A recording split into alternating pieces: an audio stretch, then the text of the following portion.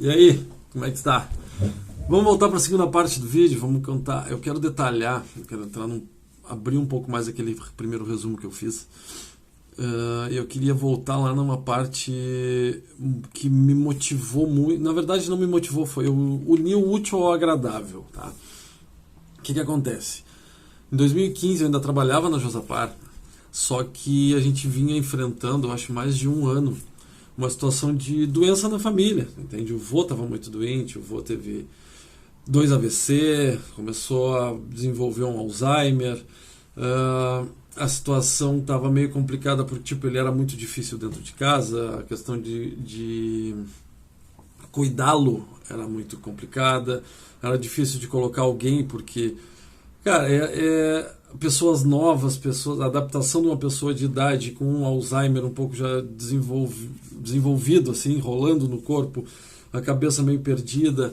Tinha vezes e tinham situações que ele acordava em casa pedindo para eu levar ele para casa, imagina, e ele estava dentro de casa. Passava o dia inteiro pedindo, me leva para casa, eu quero ir embora para casa, já estou cansado de estar aqui, sentado na sala de casa.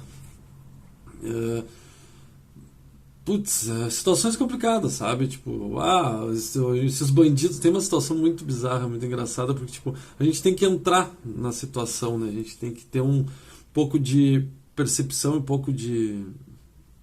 não me veio a palavra, mas a gente tem que entrar na história. Ele acordou um dia dizendo que os bandidos estavam nos ameaçando ele com sangue e ele queria que eu levasse ele embora. Aí, tá bem, tô ligando pra polícia, vou chamar a polícia aqui, a polícia tá vindo pra levar esses bandidos, entende? Aí ele acalmou um pouco e tudo. E isso começou a ficar mais constante. Essas viagens, essas variadas que ele dava, assim.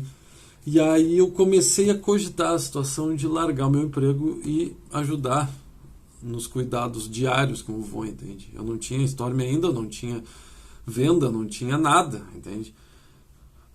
Foi uma situação meio complicada, meio difícil, assim, tipo porque eu pedi para a empresa para sair, comuniquei que eu queria sair. Eu me lembro que meus superiores, na época ali de desenvolvimento, né, tava na TI, o pessoal não queria muito me liberar, porque, tipo, o time ali tava encaixadinho, tava rolando legal. E foi uma coisa que teve que acontecer um convencimento, porque o que acontece? Eu estava dentro da empresa, mas a minha cabeça não estava dentro da empresa. Minha cabeça estava muito preocupada em cuidar do vô, em um bem-estar do vô, entende? Aí acabou que nós conseguimos entrar num acordo, saí da empresa em 2015, tá? E aí comecei a ficar de viver diariamente com o vô.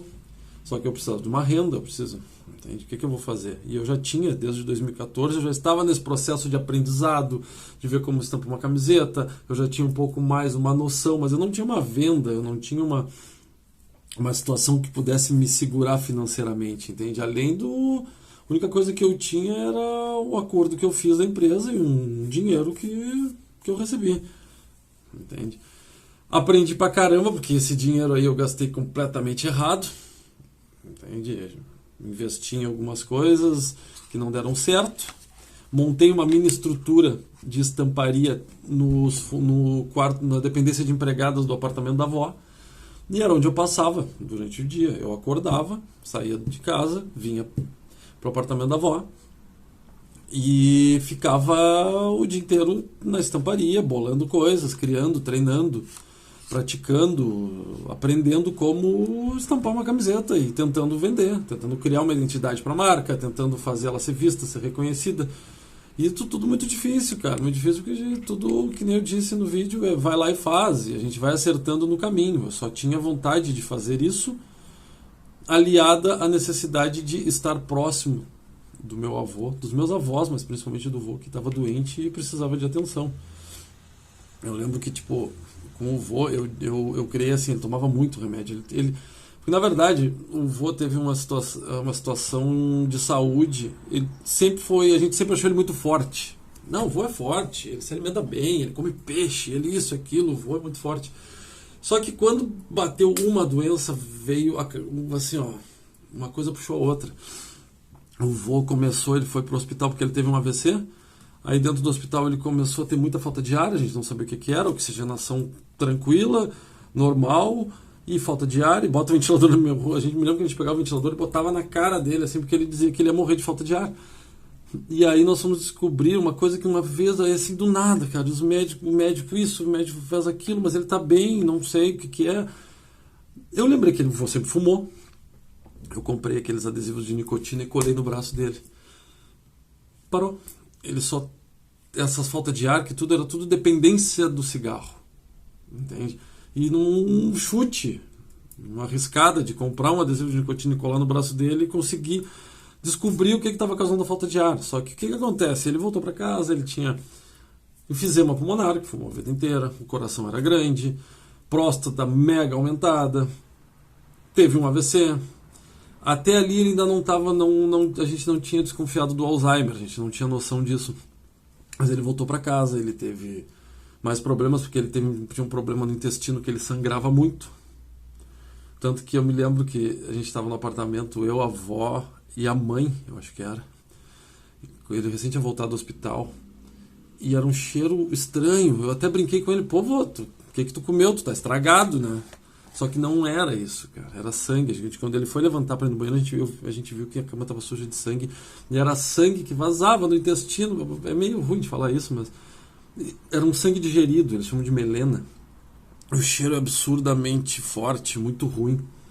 E a gente desconfiou, foi pro hospital, foi ver, é isso, ele tem uns pólipos, ele tem umas coisas no intestino que precisa ser cauterizada. Só que, lógico, eu tô resumindo isso porque, tipo, nesse meio tempo ele botou muito sangue antes de ir pro hospital, né? Muito sangue, eu peguei ele no colo para levantar ele, para levar pro hospital, porque ele tava bem estranho, tava bem branco. E, cara, ele infartou no meu colo. Eu com o vô no colo para levar do quarto, para levar pro hospital, botar no carro, levar pro hospital. Ele começou a se babar, se debater, e passar mal, e aquilo, e eu não sabia o que fazer. Eu botei o vô de volta na cama, liguei pro médico, o médico, não, levanta as pernas dele, pro sangue descer, o sangue desceu, ele se acalmou. Tipo, ele foi normalizando. Mas, cara, tudo isso assim, pensa muito rápido, entende? Porque não tem o que fazer. E, cara, o teu avô, a pessoa que te criou, meu segundo pai ali no meu colo passando por isso, entende? Foi uma situação bem, bem ruim. E foi pro hospital, fizeram tudo que tinha que fazer no intestino, nunca mais teve sangramentos.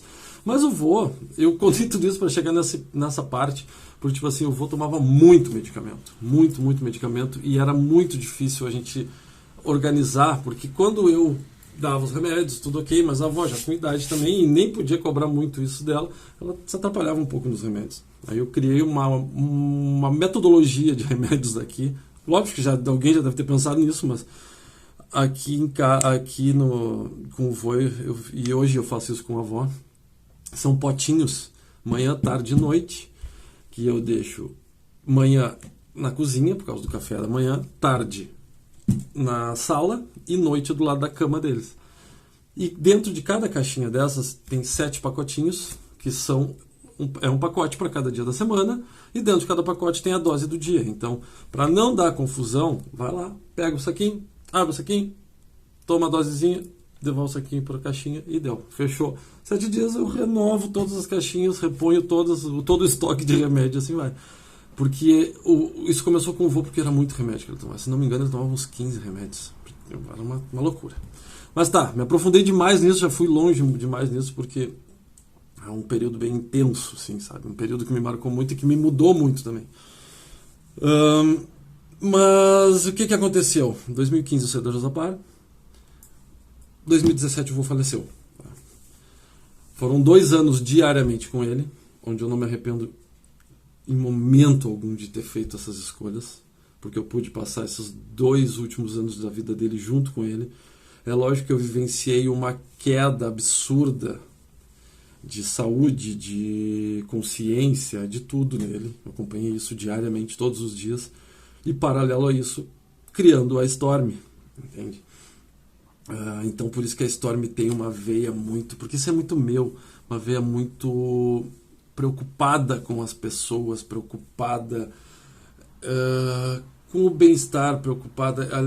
Além de ser divertida, eu quero colocar a Storm ajudando. Eu gosto que a Storm ajude. e tenha um vínculo muito forte com causas sociais ou com qualquer tipo de causa, porque além de ser de mim, a Storm começou por isso. A Storm começou assim. A Storm só surgiu e só existe hoje porque em 2015 eu tive que largar meu emprego, eu tive que arrumar uma nova forma de renda, e foi a Storm, entende? Ela foi sendo ajeitada no meio do caminho, foi, e ainda está sendo, tem muita coisa aqui para frente, em alguns próximos vídeos eu vou te contar quais são meus novos planos para a Storm, porque a Storm não vai ser mais o que era antes, entende? A gente vai se readaptar, mas o que acontece? Foi um trajeto muito de adaptação até hoje, só que muito vinculado ao ser humano. Eu não quero que a Storm seja uma marca que só te vende camisetas. Eu quero que seja uma marca que te represente, que tu vista essa camiseta sabendo que esse nome representa alguma coisa. Porque ela surgiu assim. Ela surgiu pela necessidade de eu ter que cuidar do meu avô, de eu ter que cuidar da minha avó, que é o que eu faço hoje em dia. Hoje eu passo... O meu escritório é dentro do apartamento da avó, porque eu estou próximo dela diariamente. Eu faço questão de estar próximo dela diariamente. E isso é a Storm. A Storm é pele, a Storm é sangue, a Storm é vida, é preocupação. A Storm é se importar com o próximo, entende? Então, por isso que eu estou querendo gravar esses vídeos, porque eu sinto essa necessidade de contar a história da Storm, vocês entenderem o porquê que a Storm é o que é. Tá? No próximo vídeo, outro dia, aí eu vou falar mais pessoal, da minha parte, por que a Storm deu um boom, por que a Storm caiu, por que a Storm agora está mudando para voltar diferente, porque aí tem muito pessoal aqui, tem muita terapia aqui dentro, tem muita conversa, mas é isso. Nesse vídeo eu queria falar para vocês sobre principalmente sobre esse início da Storm, esse vínculo de amor em família, responsabilidade de família, responsabilidade com o ser humano, entende? É a gente se preocupar com o bem-estar da gente, do próximo e de quem nos rodeia.